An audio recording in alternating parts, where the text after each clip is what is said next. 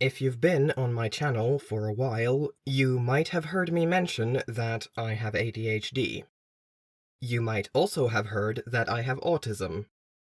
My actual diagnosis is autism with traits of ADHD, and getting it was a journey and a half, let me tell you.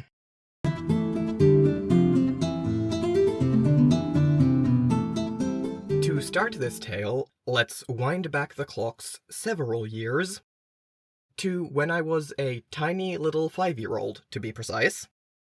I was what one might call a sensitive child. But what actually caught my mom's attention enough to concern him was something we called the cry running away with me. Times when I would get so upset or overwhelmed that I would just start bawling, and could not stop unless one of my parents, usually my mom, held me in their laps and rocked me. I don't have many memories left of my early childhood, but I remember some of these moments vividly. I remember everything just being too much and being too little and being physically unable to stop crying even though I wanted to. My mom, being neurodivergent himself, looked at this overwrought, overwhelmed child and went, we should probably get that checked. So my parents took me to a child psychologist. From what I understand, their focus was on ADHD at the time. I sat for some tests and came back with the wonderfully inconclusive answer of, yeah, there's definitely something here, but we can't pin down a diagnosis, so we're just not going to say anything. Good luck out there. Which was, I don't think I need to tell you, massively unhelpful. There wasn't much we could do though, so I just kept living my life, and as I grew older, I got better at processing my emotions and doing things to keep from getting overwhelmed to the point of tears. But, like all children, I eventually had to start going to school. Which was fine at first. I was good at pretty much all of the topics we had. I struggled a bit in Swedish.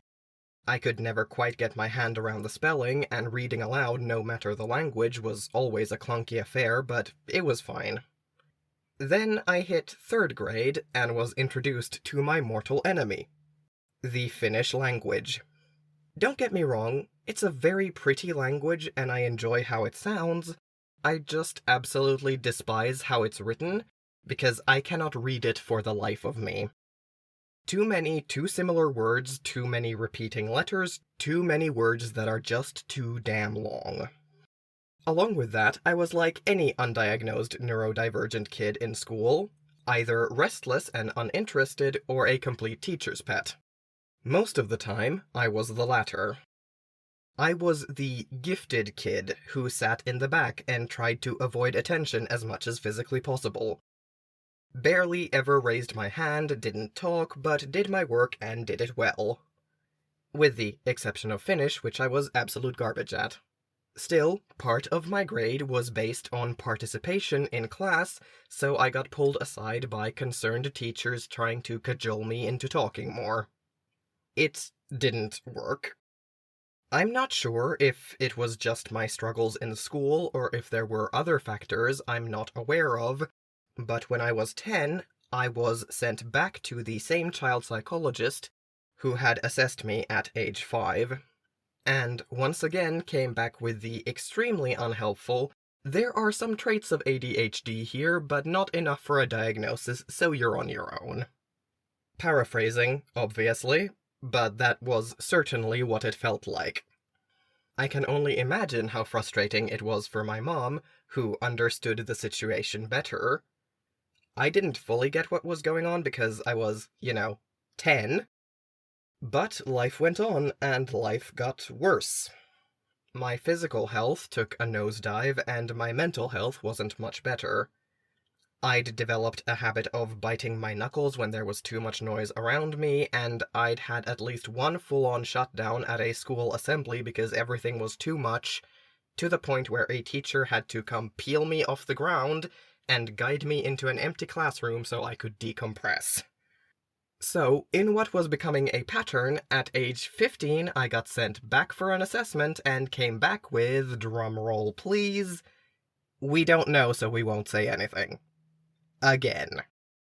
Round about this same age was also the time I got the lovely response of, the way you describe feeling empty inside and your life being a meaningless nothing doesn't indicate the constant sadness that this sheet of paper says you need to have to be diagnosed with depression.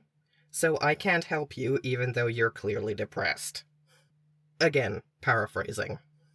I did not have a great time as a teenager. But on the bright side, I got a great joke out of it. I used to say that, just watch, when I'm 20, I'll be back in a psychologist's office being assessed for ADHD again. It didn't happen exactly like that, but it was close enough. What happened is that I came out as trans, and at the time that required a whole rigmarole of years of psychological testing before I was allowed to do anything about it.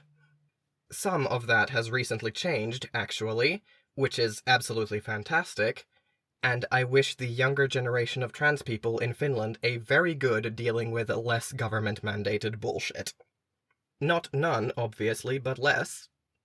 And also not having to prove that you can't have kids in order to have your gender legally recognized.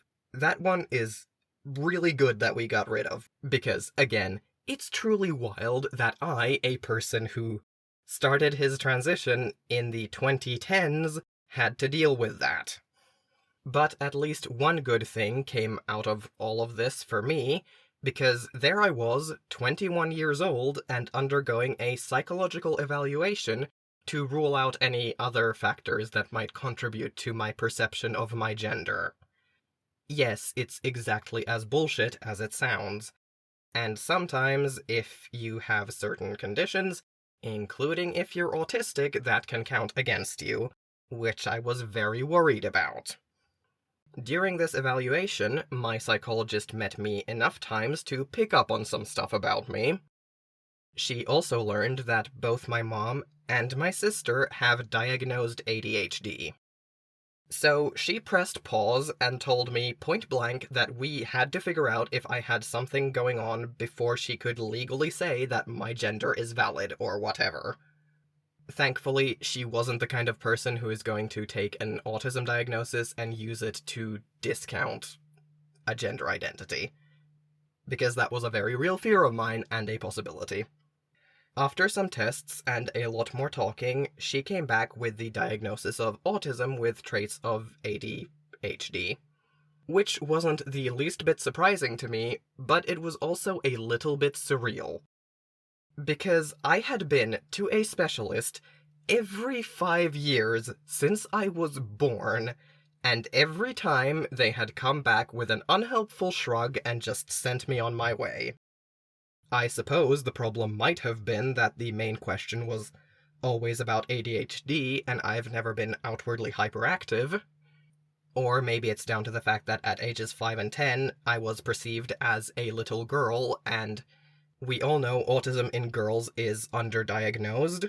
And then at age 15, I was very newly out, still figuring out the true ins and outs of my gender, and definitely didn't pass, so still read feminine, which also could have contributed to that. Meanwhile, at age 21, I was deep in my transition and very secure in my identity as a guy, and as I already said, autism is more often diagnosed in men than it is in women, unfortunately. But regardless, the fact remains, because I'm trans and the law required me to get psychologically tested to prove it, that is why I finally actually get a diagnosis that I've been after since I was 5? Really? I mean, at least I finally got on medication that actually works, but good God, did the system give me the runaround about it.